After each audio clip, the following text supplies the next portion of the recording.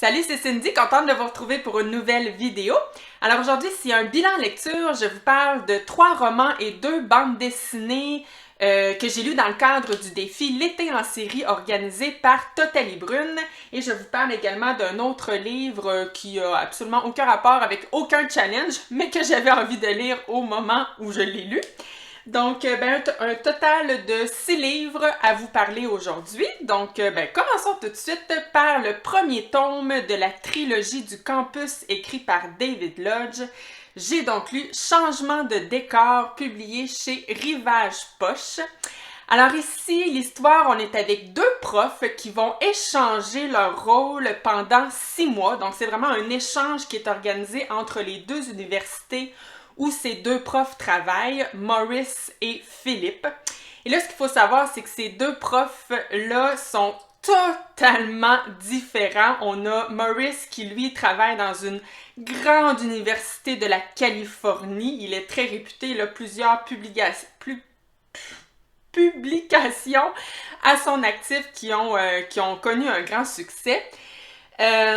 Ou plutôt qui lui ont apporté la reconnaissance de ses pairs, alors que Philippe, lui, notre professeur de la Grande-Bretagne, travaille dans une petite université absolument pas connue, et c'est un prof, peut-être pas minable quand même, là, mais vraiment de bas niveau. Et donc, voilà, les 2 vont échanger leur rôle, et ce que je peux vous dire, c'est qu'ils ne vont pas qu'échanger leur vie professionnelle. Mais je ne vous en dis pas plus.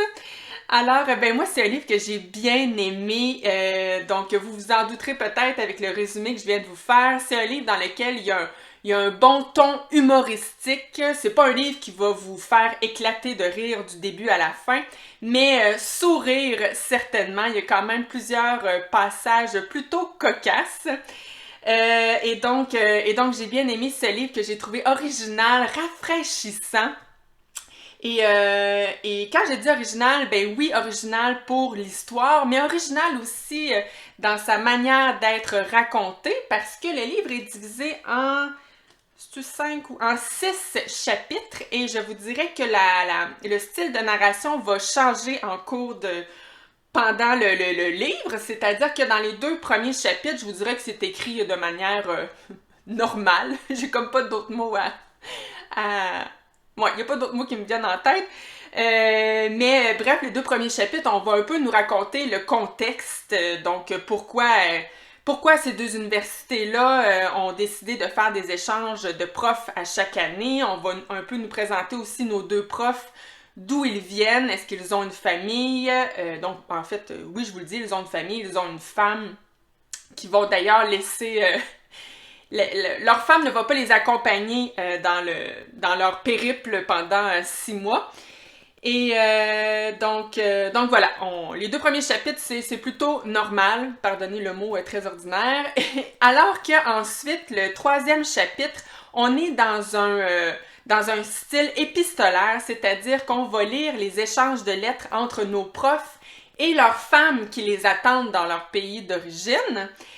L'autre chapitre, ça va être on va lire des articles de journaux ou vraiment divers articles qui vont un peu nous présenter le contexte de la ville où ils sont pendant leur échange, comme par exemple, il va y avoir une grosse grève d'étudiants.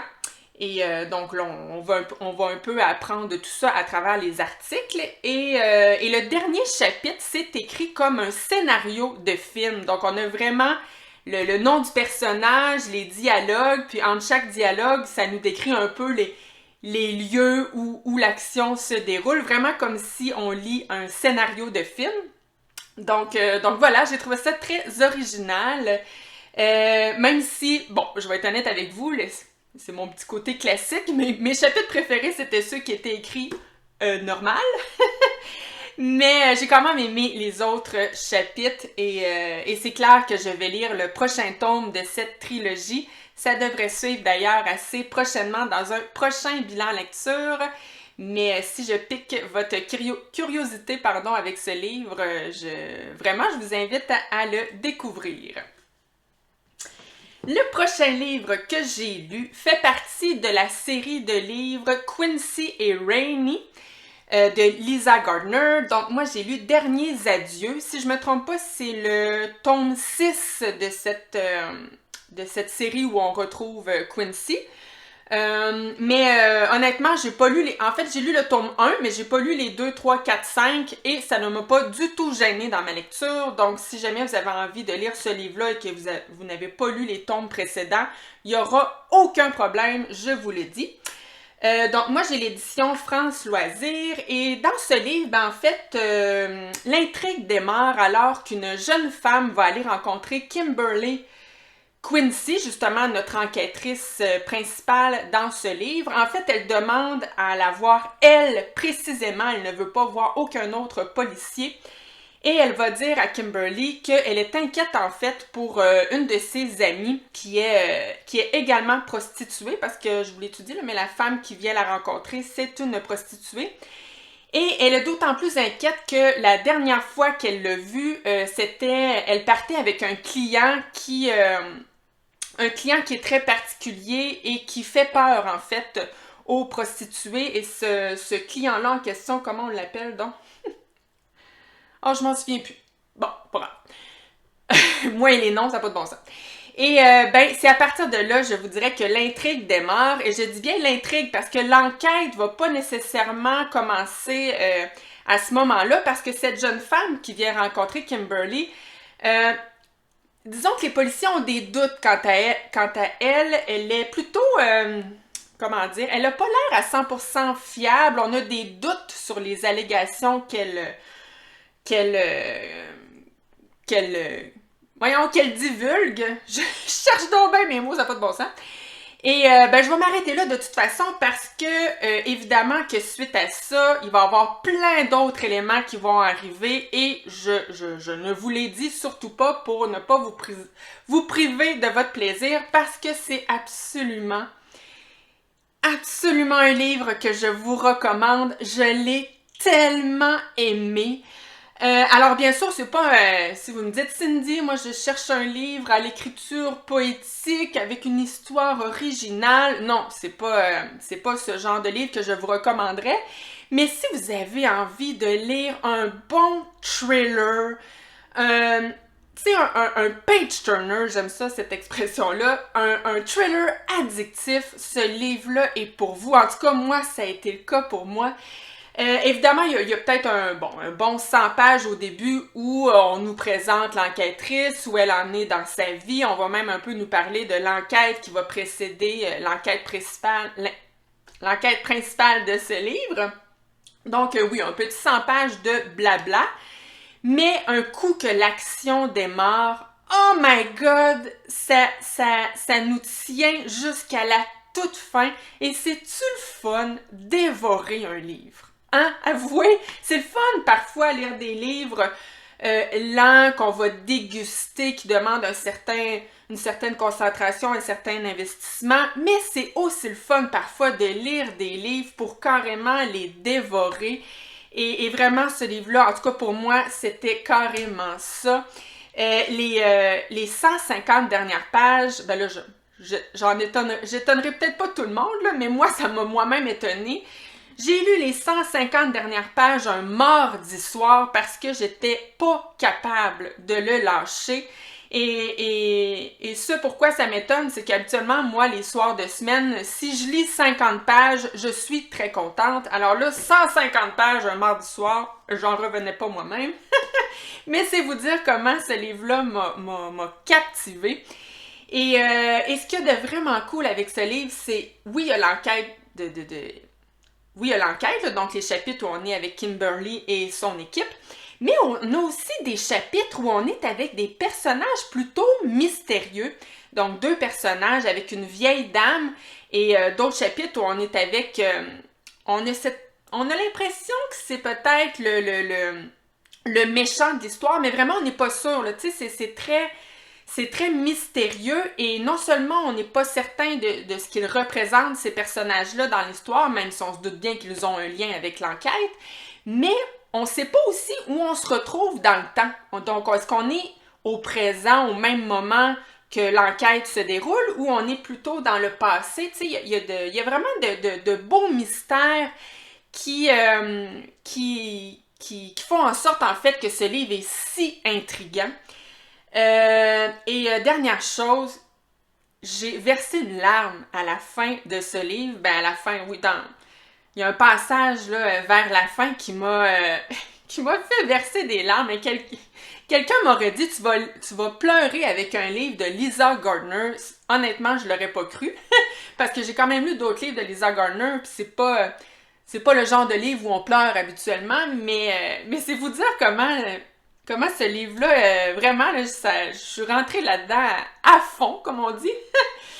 Et moi, c'est comme ça que j'aime Lisa Gardner, quand elle va dans la psychologie de ses personnages. Donc oui, la psychologie du méchant, mais aussi la psychologie de la victime, qui prend beaucoup de place dans ce livre-là. Donc, les impacts que peuvent avoir des événements tragiques dans la vie d'une victime. C'est vraiment, elle excelle dans ce genre de livre, je trouve. Et bref, j'ai adoré ce livre. Je pense que vous l'avez compris. Je vous le recommande si vous aimez ce genre, là, le genre thriller, grand public, très accessible. Ça fonctionne complètement.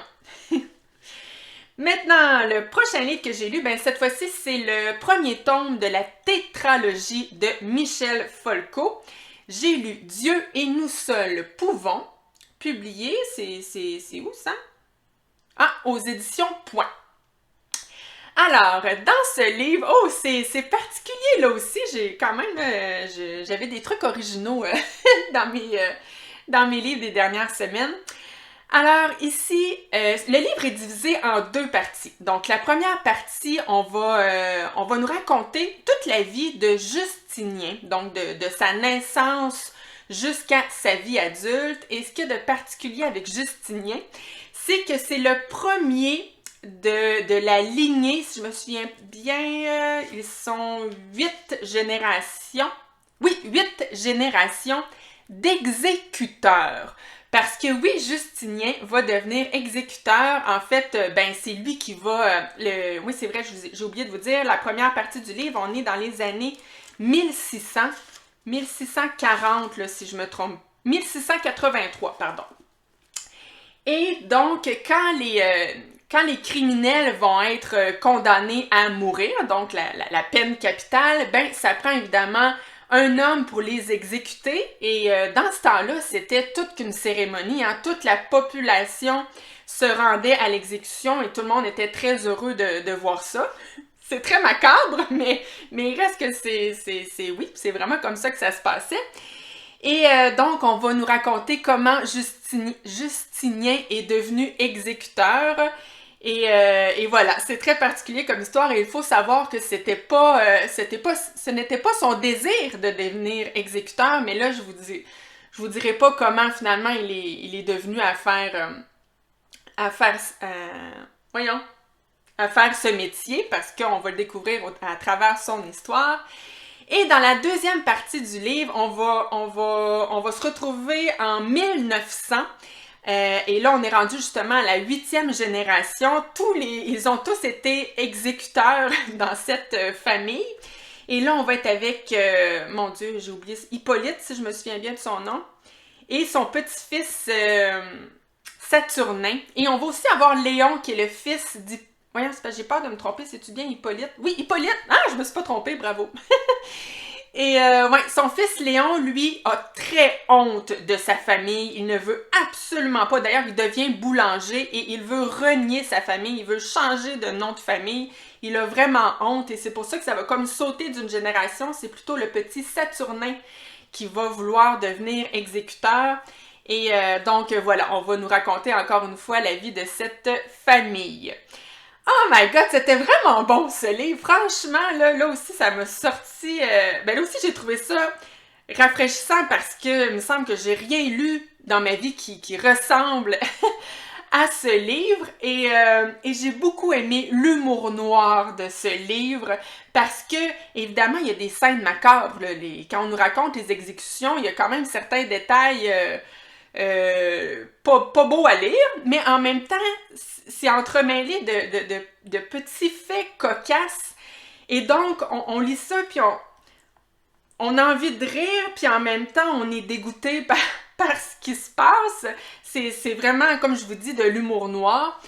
Mais moi, j'adore l'humour noir, tu sais, ces espèces de moments un peu malaisants où t'as envie de rire, mais en même temps, tu le sais que tu devrais pas rire.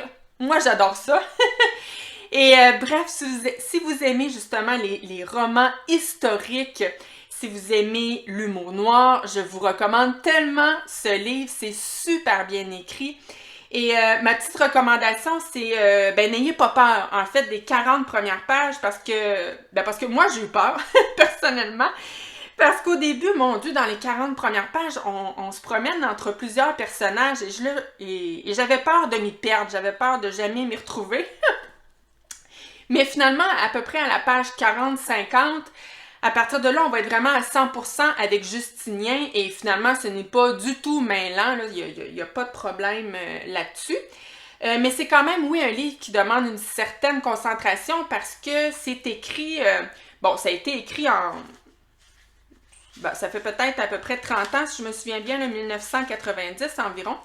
Mais on a l'impression que ça a été écrit dans les années 1600. Là. J'avais un peu l'impression de lire un classique, un peu comme quand je lis Alexandre Dumas, même si ce n'était pas le cas, mais c'est parce que l'auteur utilise vraiment des termes particuliers à cette période. Donc on a vraiment l'impression que ça a été écrit à un autre siècle. Donc voilà, au début, il faut s'y faire, là, mais on s'y fait, en fait, puis c'est pas difficile à suivre pour autant. Donc voilà, c'est vraiment, vraiment très bon. Et là aussi, évidemment, je vais poursuivre ma lecture dans le cadre de cette tétralogie. Maintenant, le prochain livre que j'ai lu, celui qui n'a aucun rapport avec le challenge L'été en série, j'ai lu Je ne tiens qu'à un fil, mais c'est un très bon fil de Sylvie Laliberté, publié aux éditions Somme Toute. Alors, ce livre-là, je voulais le lire parce que l'année passée, j'avais lu... Mon Dieu, que c'est un titre que j'oublie tout le temps. J'ai montré toutes mes pattes blanches, mais je n'en ai plus. Je pense que c'est ça le titre. Si j'y pense, je vais essayer de vous mettre l'image ici. C'est un livre que j'avais beaucoup, beaucoup aimé, donc j'avais très envie de découvrir un autre livre de Sylvie Laliberté. Mais malheureusement, celui-là, je l'ai pas détesté, là, mais je l'ai trouvé plutôt très moyen. Donc le résumé, c'est vraiment dur à vous faire un résumé de ce livre. C'est vraiment plusieurs petites pensées ou petites anecdotes de la vie de Sylvie Laliberté, autant de son enfance que de sa vie adulte. Mais il n'y a pas vraiment une histoire là, à proprement parler. Et c'est peut-être pour ça d'ailleurs que je l'ai moins aimé que l'autre livre que je vais mettre ici, j'espère ne pas l'oublier. Parce que, donc, je sentais plus ici que c'était un peu pêle-mêle, tu sais, plein de petits trucs, et ça, c'est peut-être moins mon genre. Par contre, il y a quand même plusieurs passages que j'ai trouvés très jolis. J'aime retrouver... je trouve qu'il y a beaucoup de candeur dans l'écriture de cette autrice. Je pense vous avoir dit la même chose avec son autre livre. Et vraiment tellement que des fois, j'ai l'impression que c'est une petite fille qui a écrit ce livre-là. Pas parce que c'est mal écrit, au contraire, c'est très bien écrit, mais il y a vraiment... On sent toute l'innocence de l'enfance dans ce livre. Et donc voilà. Là, pourquoi ça m'a peut-être moins plu? Comme je vous dis, il n'y a pas vraiment une histoire en tant que telle, mais c'était rempli de petites phrases. Mon Dieu, là, j'en ai pris une complètement au hasard. J'espère que ça va fonctionner. Je n'ai jamais pensé à tirer mon épingle du jeu.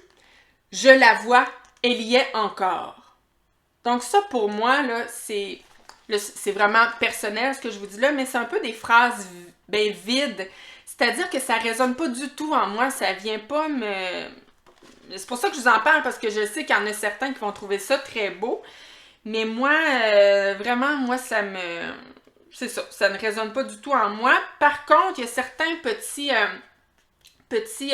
paragraphes où on est plus dans l'anecdote. Dans ce temps-là, c'est là que je préfère Sylvie Laliberté, en fait. Donc, il y a plusieurs petites histoires que je trouvais qui venait davantage me chercher et que je trouvais franchement très joli. Donc, ben voilà, c'est un livre auquel j'ai donné 3 étoiles. Tu sais, c'était une lecture pas mauvaise, mais très moyenne pour moi. Voilà. Puis aussi plein, ben vous l'avez vu, hein, il y a beaucoup de photos à l'intérieur du livre. Et les photos aussi, je vous dirais, un peu comme certaines phrases, c'est pas des photos qui, moi, venaient me chercher particulièrement. Tu sais, c'est ça. Donc, vraiment un livre qui m'a laissé un peu indifférente, je dois dire, malheureusement. Voilà, c'est pas grave. Maintenant, passons aux 2 derniers livres, qui sont 2 bandes dessinées.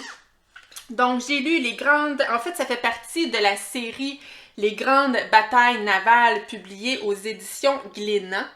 Alors, j'ai lu Gondelour Suffren, l'amiral Satan, où on nous raconte carrément l'histoire de ce marin qui va finalement connaître la gloire et la reconnaissance, mais à la toute fin de sa carrière.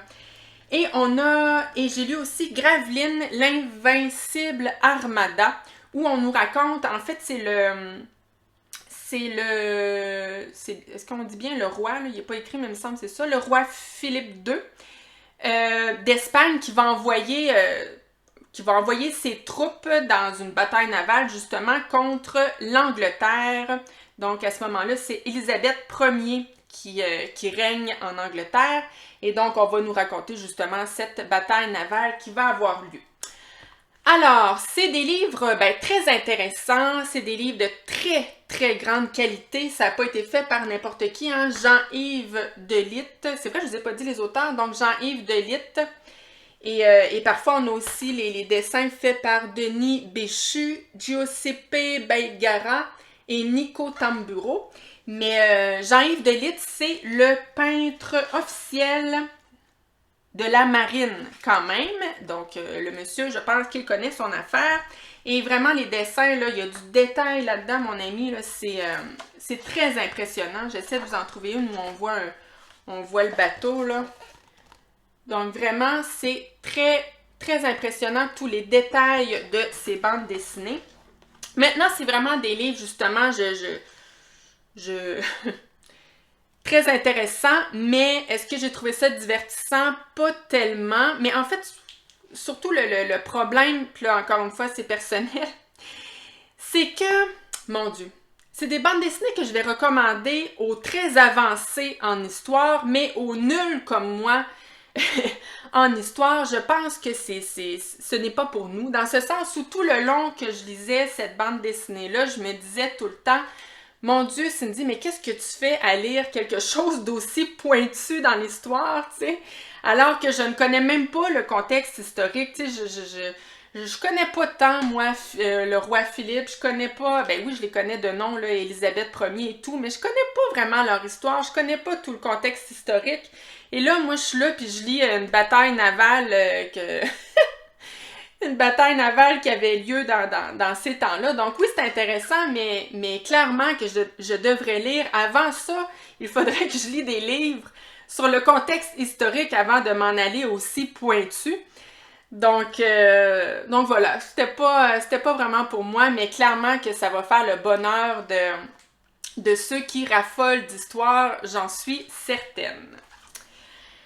Alors, ben voilà, c'est ce qui complète mon bilan lecture, qui était quand même assez positif. Surtout les livres, ces 3 livres-là, là, vraiment, j'ai eu des beaux moments de lecture dans les dernières semaines.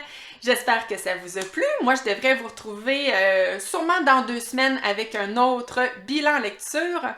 Donc, ben merci d'avoir été là. À la prochaine. Bye!